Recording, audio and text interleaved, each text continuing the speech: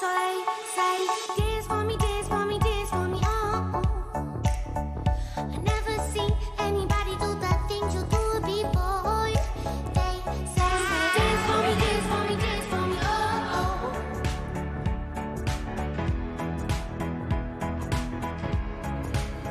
Salut à tous, bienvenue sur France 3 Provence-Alpes-Côte d'Azur, dans le décor de Vous êtes formidable, avec Eliane Tourté. Ce matin, on va parler patois. Bonjour Eliane. Bonjour Eric, bonjour à tous. Et puis avec Abdoul, on va parler cinéma. Bonjour Abdoul. Oui, salut Eric. De cinéma et de sexe, Voilà. paraît-il, mais on n'en dit pas plus pour l'instant.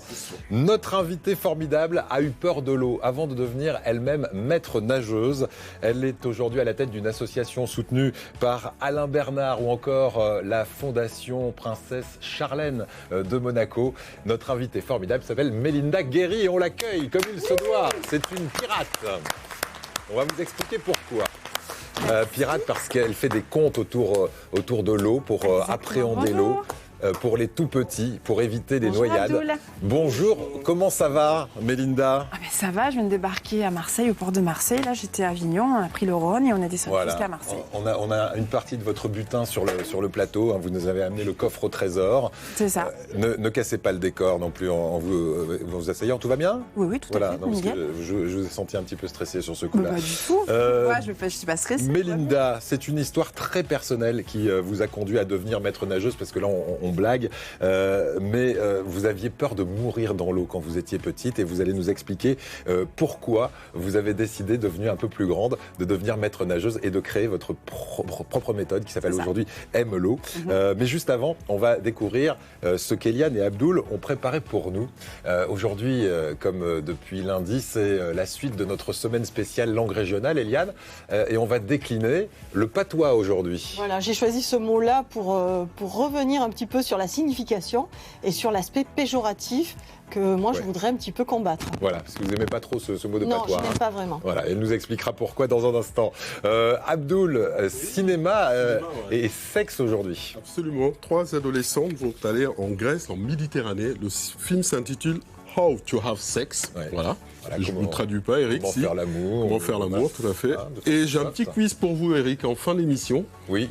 Et la fête continue. Et la fête Robert continue. Et oui, Guédiguian. qui sort aujourd'hui. Robert Absolument. Guédiguian, qui était notre invité la semaine dernière dans l'émission.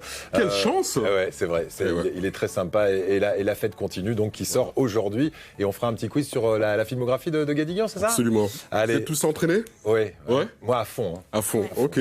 Pas de triche, hein? Non, pas de triche. Ça marche. À tout à l'heure, Abdoul. Mélinda Guéry, avant de nous expliquer comment une petite fille qui avait peur de l'eau est devenue maître nageuse et est aujourd'hui à la tête d'une association qui aide à apprendre à nager en douceur et au rythme de chaque enfant, mais aussi des adultes. Hein. On verra que vous êtes intéressé à tout le monde dans cette association. Juste avant, pour mieux vous connaître, on va passer au jeu de la personnalité inspirante et des personnalités inspirantes, puisqu'il y en a 2 pour vous. La première, c'est celle-ci qu'on va découvrir. Il s'agit de Théo Curin. On rappelle qui est Théo Curin? Théo, c'est un jeune qui, à l'âge de 6 ans, a eu une méningite foudroyante et du coup, il a perdu ses 4 membres. Et en fait, il a une faculté de résilience qui est impressionnante et qui m'inspire beaucoup et qui, du coup, a inspiré mes enfants aussi. Voilà, c'est quelqu'un qui a en fait un dépassement de soi constant et qui véhicule l'inclusion du handicap d'une manière très positive. Et du coup, il va être aussi dans la magie de l'eau parce que du coup, il y a un pirate Théo qui va bientôt arriver.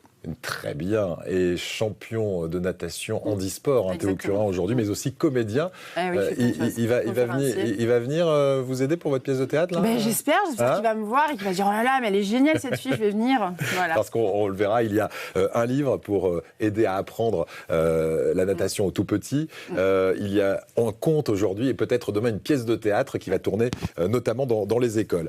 Alice Milia, c'est votre autre personnalité inspirante. Alors là, il va falloir rafraîchir la mémoire de nos téléspectateurs et de nos camarades autour de la table.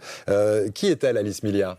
C'est elle qui a permis en fait d'intégrer les femmes dans les Jeux Olympiques. Voilà, donc c'est une vraie pionnière. C'est comme Maria Montessori. Elle vivait dans une époque très masculine et elle a vraiment, c'était déjà une sportive avec plein de médailles, mais qui en fait, elle a vraiment inclus les femmes dans le sport féminin. C'est ça. Hein, c'est une championne de natation du début du XXe siècle et grande féministe. Voilà donc qui nous en dit plus sur. Qui aujourd'hui reprend sa place à côté de Pierre de Coubertin au niveau de la maison du sport. Voilà, on la met à égalité, ce qui nous en dit plus sur la personnalité de notre invitée qui a un caractère bien trempé. On s'en apercevra peut-être dans cette émission parce que depuis qu'elle est là avec nous, Abdoul, on est aperçu aussi, Eliane. Abdoul est fan de moi, je le sais. Voilà.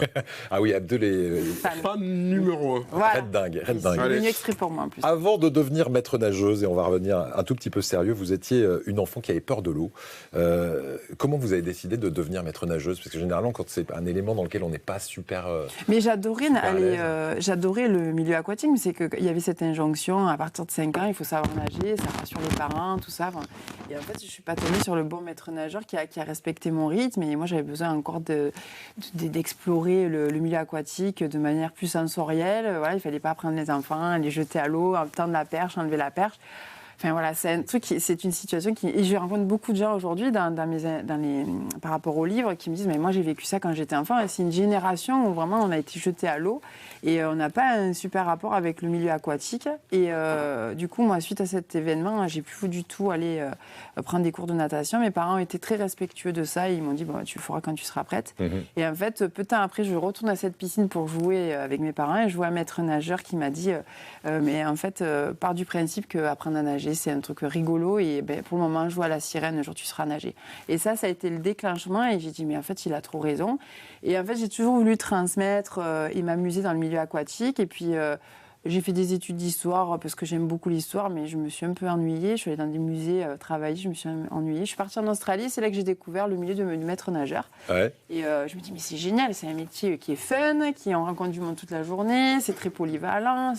D'ailleurs, on recrute si vous cherchez un métier. C'est vrai. Oui, de partout, on cherche des maîtres nageurs. Maître nageur, métier d'avenir. Ouais, vraiment. Alors, moi, je voudrais qu'on revienne sur le moment où, justement, vous rentrez d'Australie et que vous dites « je vais en faire mon métier de maître nageur ». Vous passez un examen et là, racontez-nous cette anecdote où le maître nageur se demande ce que vous faites là. L'examinateur. Ouais. En fait, ça a été... en fait, j'étais un petit peu le phénomène qui arrivait avec des gens qui ont nagé toute leur vie. Et moi, en fait, je savais ne pas me noyer. Je ne savais pas nager comme une athlète. Voilà. Donc, du coup, je suis arrivée, je faisais pas les temps, je réussissais pas du tout. Et là, j'ai revécu des choses difficiles comme quand j'étais enfant. J'étais stressée, il y avait cette injonction de la performance. Donc moi, je suis jamais rentrée dans les temps qu'il fallait. Et donc, il fallait vraiment que je compense avec toute la pédagogie. Et là, il a cette phrase. Oui. Pourquoi est-ce que vous voulez devenir maître nageuse avec les temps de performance aussi mauvais que vous faites? Et ça, c'est un déclic pour vous, c'est une révélation même. C'est quoi l'examen, j'ai dit, mais en fait, c'est exactement ce que je veux faire. Je vais être le maître nageur qui apprend à nager à ceux qui ont peur d'aller dans l'eau. Et donc, si vous voulez pas de moi cette année, vous allez me revoir chaque année. Voilà, c'est pas grave. Je suis persévérante, on va y arriver. Et avec la persévérance, vous avez réussi à décrocher ce titre de maître nageuse. Et c'est cette phrase qui vous fait dire « je veux devenir maître nageuse pour donner envie d'apprendre à nager et à ceux qui ont peur de l'eau et à leur rythme ». Et c'est toute cette méthode que vous avez mise en œuvre et que vous avez inventé, qui s'appelle Aime l'eau. On va le voir dans un instant, et puis on verra aussi pourquoi ce livre, la magie de l'eau. Mais juste avant, on va parler de la magie des langues régionales, et particulièrement de la nôtre, du provençal et du patois. Alors vous m'avez dit que vous n'aimiez pas ce mot, Eliane. Pourquoi vous n'aimez pas beaucoup ce terme de patois? Je n'aime pas beaucoup le terme de patois, parce que c'est un terme qui est très dévalorisant, péjoratif, et en fait ça désigne toute autre langue que celle du roi. Donc du roi de France, évidemment. Donc ça veut dire qu'à un moment, on a mis à la place d'un concept linguistique un concept politique. Et par exemple, au XVIIIe siècle, dans le dictionnaire de l'Académie française, on trouve une définition pour patois que je vais vous lire. Oui, c'est quoi? Parce qu'elle n'est pas piquée des vers. Langage rustique, grossier, comme celui d'un paysan. Ah oui, je comprends que vous n'aimiez pas trop le terme, effectivement. Voilà. On l'aime moins aussi. Ce n'est pas une langue, c'est quelque chose qu'on doit au contraire combattre. Avec la Révolution française, on pensait au contraire qu'on allait pouvoir encourager les langues régionales. Ça ne sera pas le cas, parce qu'au nom de l'unité, on va combattre les langues régionales et privilégier le français. ce que fera aussi l'école de la République, même si à l'époque, on avait des enfants qui étaient déjà parfaitement bilingues quand ils arrivaient, qu'ils apprenaient le français. Mais on ne va pas valoriser ça. Au contraire, on va les punir.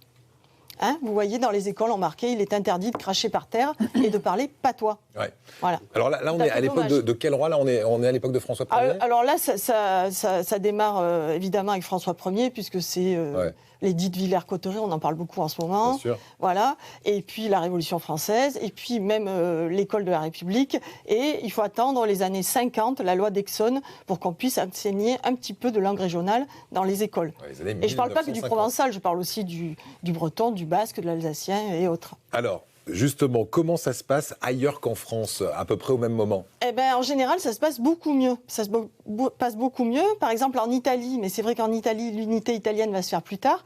En Italie, on parle jamais de patois. Même aujourd'hui, on parle toujours de dialecte. Et les gens sont fiers de parler italien, de parler leur dialecte. Si vous allez dans les vallées derrière Briançon ou Barcelonnette, ils parlent français couramment. Ça n'a rien de grossier. Ça n'a rien de grossier, au contraire. Voilà, ils sont déjà multilingues et ça leur facilite l'apprentissage d'autres langues encore. Alors, pour conclure, qu'est-ce qu'on peut dire sur ce patois en français? Vous dites quoi, vous, à la place de patois? Ah, qu'est-ce que je dirais, moi? Ouais. Alors, moi, je dis langue régionale, je dis langue doc, moi, je dis occitan, mais on peut dire provençal, on peut dire niçois. Ceux qui disent patois, il ne faut pas les reprendre parce que c'est souvent celui qui parle le mieux. Mais il faut savoir que patois, c'est quand même un peu péjoratif.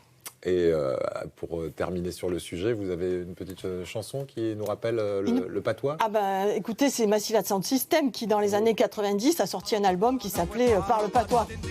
Ça donne ça. On les entend, voilà. Parle patois. Ah, vous l'entendez? Donc, parlez patois, hein. Parlez patois. Je sais que Mélinda, elle en est pas loin. Là, elle pourrait très bien nous dire quelque chose en provençal, je pense. Parce qu'à Caron, on parle. C'est quoi votre on parle expression? Tiens, provençal, je demande Caron. ça depuis le début de cette semaine spéciale langue régionale à nos invités. C'est quoi votre expression provençale préférée? Votre juron, peut-être? Non, mais je sais pas si c'est même pas du patois, c'est fadoli. Ah, Fadoli. Fadoli. Fadoli, c'est un peu fou. Voilà. Un peu fada, Marcel. Ouais, donc ça marche. Ça marche.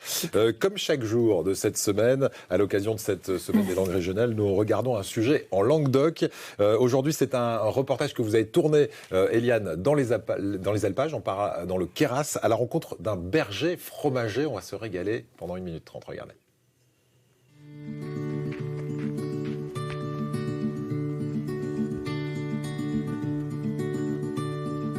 Esauameu de Rouet, sur la commune de Chesteu-Queyras, que Peire test a prens es quartier d'estiu a 1500 mètres de nauture. Peire és un tropelun de vaig ven un dalau, en basse Provença. En alau ten tout l'an una fruitière, mai son idea era de venir a muntanya per estivar.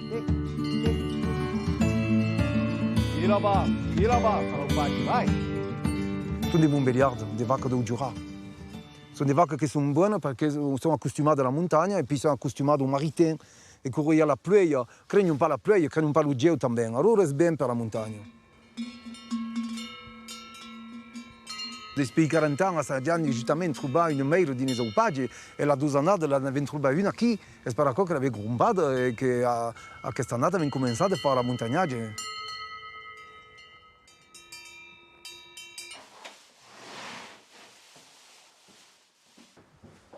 Leva les 12 jours che fai lo fromaggi, Peire test a Ressau lo monde. Conserve tutti les fromaggi che fai di l'ancienne crotte e les vende directement au monde del país, come à la pratique en vacances din Queyras. Voilà, signé Eliane Tourté. Vous vous êtes régalé, vous l'avez goûté, le fromage? Oui, Ouais. magnifique. Merci. Délicieux. C'était où exactement dans le Queyras? C'était à Château-Villevieille. Voilà, on salue les habitants Ah, qui c'est beau, hein, nous c'est regardent là-bas. magnifique. Mélinda Guéry, votre histoire personnelle, on l'a vu, vous a conduit à écrire ce livre, la magie de l'eau, à créer aussi une méthode qui s'appelle Aime l'eau. Alors tout d'abord, parce que vous aviez peur quand vous étiez petite de nager, on l'a dit dans la première partie, mais c'est une autre histoire personnelle qui vous a conduit vraiment à écrire ce livre. Ça se passe un été, au bord d'une piscine, comme souvent d'ailleurs, un déjeuner, un barbecue entre copains. Il y avait plein de maîtres nageurs ce jour-là. Qu'est-ce qui se passe? Mon fils, du coup, il était au bord du bassin, il avait les brassards, mais il n'allait pas dans l'eau.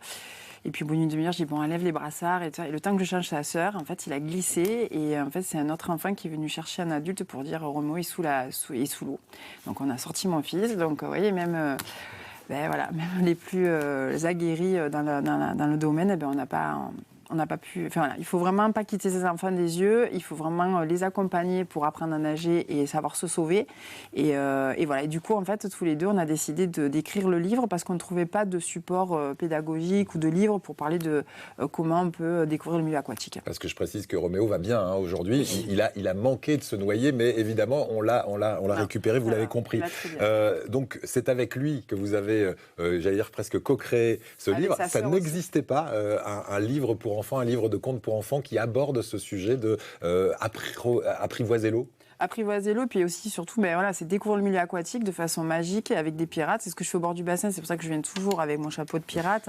Oui, ça doit être joyeux au bord du bassin. Pour donner envie aux enfants d'arriver dans ce milieu et de vraiment s'amuser. L'objectif, c'est ça. Et du coup, avec le livre, avec les parents, les grands-parents, les professeurs des écoles, on peut aller à la piscine en toute sérénité puisqu'on a lu le livre de la magie de l'eau. Exactement. Et c'est une série, La magie de l'eau. Le tome 1, Apprendre à nager en douceur. Le tome 2 est en précommande sur Ulule, on va le préciser. Alors non, en fait, il va sortir en janvier. Là, en fait, on a eu des sollicitations pour amener le livre sous une autre forme. On va le décliner d'une manière plus amusante encore avec le conte. C'est pour ça qu'on a fait une campagne Ulule pour financer le conte. Et du coup, les gens peuvent faire une contribution en achetant du coup le livre La magie de l'eau, le tome 1. Le tome 2 va sortir en début d'année 2024. Et le tome 3, tome 2, tome 3, ça va être réuni pour avant l'été 2024 et avant les JO, évidemment. Voilà. Et pour tout savoir, il y a un site internet qui s'appelle magiedel'eau.fr que vous allez pouvoir aller visiter et qui va vous permettre d'en savoir plus sur cette méthode. Si vous avez des petits et que vous avez envie de les amener à l'eau rapidement, pour vous rassurer, on vous donne juste un chiffre, 600 personnes dans le monde meurent chaque jour de noyade. Il y a 600 noyades mortelles chaque jour dans le monde. Voilà, donc un livre... Un Français sur 6 ne sait pas nager. Ouais. Il est temps de changer tout ça. Et il est temps de changer tout ça, et vous le faites avec non seulement ce livre, mais aussi, on le verra, une pièce de théâtre, des ateliers, des contes aussi que vous allez raconter dans les écoles. Après la mésaventure de votre fils, vous avez aussi mis au point une méthode, on en parlera dans un instant, qui s'appelle Aime l'eau, une méthode qui apprend à nager à son rythme. Mais avant de nous parler de cette méthode, je vous propose de découvrir un stage de natation dispensé dans une piscine municipale de Marseille, un stage pour enfants et ados qui, comme vous, il y a quelques années, ont peur parfois quand ils se mettent dans l'eau la première fois, carrément de mourir. Vous allez voir, et à la fin du stage, il y a comme une révélation qui se fait pour les enfants, et c'est très gratifiant pour les maîtres nageurs que vous êtes. Regardez. Dans l'eau, la nage est encore hésitante pour Najat, 12 ans. On apprend à nager, on se noie pas. Ne t'arrête pas, regarde la mer. Pourquoi tu t'arrêtes? Il ne se passe rien, à part que tu avances tranquillement toute seule. T'as peur de quoi? De mourir. Voilà, regardez. Pour qu'ils se sentent bien dans l'eau, il faut qu'ils aient confiance. À celui qui t'apprend à nager, confiance en toi, en donnant des frites, du matériel, et petit à petit, on avance et on monte les marches avec la petite... Elle est arrivée lundi, elle ne lâchait pas le bord, elle était stressée. Et là, de la voir aller jusqu'à la ligne, le fait de mettre 50 et de revenir... Vous, ça vous fait quoi? Ça fait une petite chair de poule quand même. C'est qui la championne? Bravo ma petite. Super. L'objectif est de les préparer à faire le grand plongeon en mer. Je suis à la plage, j'ai plus peur de me noyer, je me sens plus libre. Parce que maintenant, quand j'ai plus pied, je sais nager et je sais bien flotter. Donc j'ai plus peur de couler. Voilà, ça vous rappelle vos cours de natation? Vous avez à peu près le même discours pour les rassurer, pour leur donner... Moi, ils ont vraiment le choix. S'ils veulent y aller, ils peuvent y aller. S'ils ne veulent pas y aller, ils observent. Nous, on joue aux pirates. On vient à la piscine, c'est pour jouer aux pirates, tout le temps. Et dans un instant, on va parler de votre méthode. Aime l'eau. Ce qu'elle a de particulier, cette méthode, c'est avant tout être au rythme de l'enfant, ne pas le forcer, ne pas lui faire peur, voilà, le mettre en confiance au maximum. Dans un instant, mais juste avant, on va parler de cinéma. On va quitter un lieu de loisir, la piscine, pour un autre lieu de loisir, le cinéma. Et surtout la mer, Eric. Et comment? La mer Méditerranée. Oui, c'est Il faut sûr. vous amener en Grèce. Alors, Oh là, le c'est titre bon. du film, c'est How to Have Sex. En français, Eric? Comment faire l'amour, par exemple. Voilà, tout à fait. Alors, 3 jeunes Britanniques de 15 ans vont se retrouver en Grèce. Elles vont découvrir l'amour. Ah oui, c'est des Bien ados. sûr. Elles vont se balader dans cette île, dans cette station balnéaire, pardon. Et elles vont aller dans des boîtes de nuit et voilà. À 15 ans. À 15 ans. Eh ouais, c'est ça. C'est trop le jeune. périple. Non, j'ai des 15 ans à la maison. C'est trop jeune. Ouais, c'est trop jeune. Non, mais papa dira toujours que c'est trop jeune. Et vous allez voir, Oui. parce que c'est un très très grand film qui a eu un certain regard à Cannes, le prix d'un certain regard à Cannes. Je vous propose un petit extrait, Eric. Eh ben, allons-y. C'est parti. De ce qu'il ne faut pas faire.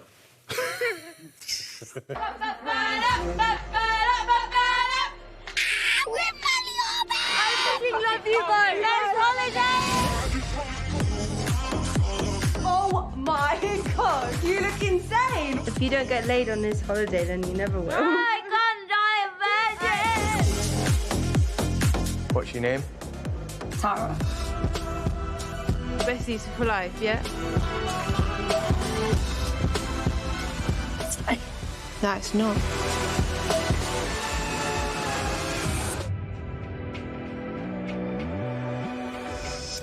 Eh oui, 15 ans. Et 15 Yann ans. me disait, le mien a 17, je veux pas savoir ce qui s'est passé en séjour linguistique, elle t'a balancé. On va rien dire, Eric. Et le film sort aujourd'hui, hein. Il sera projeté à l'Alhambra du 15 novembre au 9 décembre. C'est entendu. Ça, c'est à Marseille. On peut le voir Voilà. partout dans la Partout, région, dans toute la région, ouais, tout à fait, Et ouais. en France.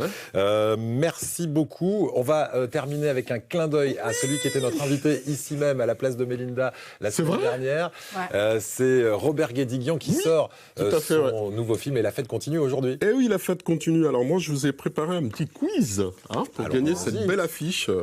Voilà, regardez. Alors, Regardez. quiz sur la Alors, sur Robert filmographie de Guédiguian, Guédiguian. on commence par qui maintenant? Eliane. Aïe, Alors, aïe, aïe. vous pouvez me citer des films de Robert Guédiguian. Si vous me citez le plus de films de Robert Guédiguian, Oh là là. vous allez gagner cette belle affiche. Alors, Marius et Jeannette, pour Ouais. commencer, le plus célèbre. Le promeneur du Champ de Mars sur Sur François Mitterrand, Mitterrand. ouais. Avec Maurice Bouquet, Euh, ça fait 3. je vois Gloria Mundi à l'image, Ça fait- donc je copie. Très bien. Au fil d'Ariane. Quatre. Il y en avait un sur Ariane, oui. La vie. Ouais. Ah oui, la villa. La Ouais. villa aussi. Est-ce qu'on peut demander un peu à notre invité Allez, aussi à nous. Il y a Ah, moi, six- Sans tricher, sans Non, mais tricher. oui, films. c'est Sans Twist tricher. à 6 Bamako. films pour Eliane. Non, mais c'était Twist à Bamako. Ouais, ça fait 1. J'ai pas le temps d'être de regarder la télé, j'ai trop d'enfants. Allez, Il y en a déclaré. un avec le Allez. Kilimanjaro, mais je sais C'est plus Marius ce que et c'est. Jeannette. Les neiges du ça fait Kilimanjaro. 2. Gloria Mundi. 3. Je sais plus. Voilà. C'est tout Ouais, non, ouais. Eric, on y va. Ouais. Non, mais tout a été dit. Moi, je pourrais vous dire Marie-Jo et ses deux amours. Ça fait 1. Les neiges du Kilimanjaro, mais on l'a déjà dit. Une histoire de fou. 3. La Villa, on l'a déjà dit. Quatre. Gloria Mundi, on l'a déjà dit. Marius et Jeannette, on l'a déjà dit. Et la fête continue, ça marche, puisque c'est Oui, celui bien sûr, qui bien sort sûr. aujourd'hui. Merci, Lady Jane, le Ouais. promeneur du Champ de Mars. Non, ouais, Ah, je suis battue. Bon, Je- bah ouais. je le triche, vainqueur, c'est non, mais un je triche. tricheur. Donnez à Eliane ou à Mélinda, je ne Allez. mérite pas. Eliane, elle est plus. Alors justement, ça tombe bien parce que vous allez tous regarder les 24 films de Robert Guédiguian qui seront projetés au Gyptis, voilà, à Noël. À partir de décembre, vous allez voir tous les films. Alors allez-y, c'est au quartier de la Belle de Mai à Marseille. Rétrospective. Rétro, ouais. Robert Une grande Guédiguian rétro, ouais. au Gyptis à Marseille. Merci beaucoup, Abdoul.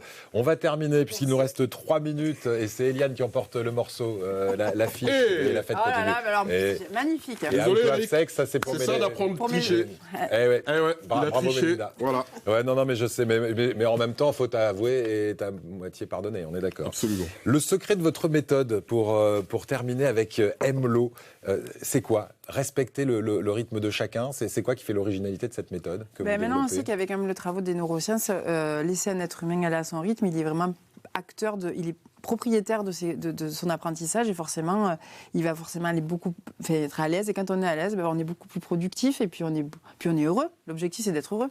Absolument. Eric, on se lève le matin, c'est pour être heureux. Et ce que vous faites vous rend heureuse, puisque pour propager la bonne parole, en plus du livre La magie de l'eau qu'on a vu tout à l'heure, vous avez créé aussi une sorte de spectacle conté. Donc là, vous allez dans les salles de Alors, classe, on essaie de le ça produire. On essaie de le produire. C'est pour ça qu'on a fait une campagne Ulule là, qui va sortir, je crois, à partir du 15 novembre. Voilà, et ça va financer le compte, parce qu'on s'est rendu compte qu'il fallait amener le milieu aquatique dans des endroits où on ne peut pas aller à la piscine, donc dans les écoles, dans les bibliothèques, dans les hôpitaux. Et puis, on est soutenu par des metteurs en scène qui nous ont dit mais pourquoi on ne ferait pas la magie de l'eau en pièce de théâtre. Donc voilà, donc si vous voulez nous aider à amener le milieu aquatique et limiter le nombre de noyades, venez nous soutenir. Et amener le milieu aquatique partout, et notamment là où il n'y a pas de piscine, parce qu'il y a pas mal de villes, de villages qui ne sont pas équipés. Et on sait que dans ces endroits-là, il y a potentiellement plus de personnes qui peuvent se noyer par manque d'apprentissage. Oui, et puis les adultes aussi, il faut pas les oublier. On a un nouveau phénomène et on a les adultes qui se noient de plus en plus. Donc il n'y a pas d'âge pour apprendre à nager. Vraiment, c'est comme savoir lire, écrire et compter. Venez à la piscine et vous allez voir. Lamagiedel'eau.com si vous avez envie de vous renseigner, si vous êtes d'une ville par exemple et que vous avez envie de faire venir ce spectacle, de le faire vivre, ce futur spectacle, la magie de l'eau. Merci beaucoup Mélinda d'avoir été notre invitée. On parle beaucoup de la mer ou de la piscine, mais moi je voudrais parler des lacs et des rivières qui peuvent être aussi très très dangereux. Ouais. Les baignoires aussi. Et les baignoires aussi, non, tout simplement. Non, c'est pour ça que voilà, être vraiment en adéquation avec ce milieu, ne pas en avoir peur déjà, c'est un grand pas et c'est ce que fait notre formidable au quotidien, nous rendre à l'aise avec cet élément. On va se quitter, Mélinda, avec votre coin de paradis. Forcément, c'est aquatique. Le lac de Mormoiron. On est sur le plan d'eau des Salettes exactement. Vous connaissez, Eliane ? Oui, oui. Ouais, c'est un très très bel endroit. Vaucluse. Et puis une plage. On est dans le Var, à Bormes-les-Mimosas, la plage de la Reine Jeanne. Ouais. C'est une plage qui m'inspire beaucoup et qui me donne envie de créer plein de livres sur la magie de l'eau avec le milieu aquatique et les animaux marins qu'on a un petit peu tout sur le plateau là aujourd'hui. C'est joli, hein ? Merci beaucoup. Oui. On avait le décor de votre conte, le décor de la magie de l'eau. Lamagiedel'eau.com pour avoir plus d'infos sur les activités de Mélinda. Demain, c'est Marjorie Poli, une autre formidable qui s'apprête, elle, à prendre le départ du rallye des Gazelles 2024 qui sera notre invitée. On se dit à demain, 10h10. Salut tout le monde.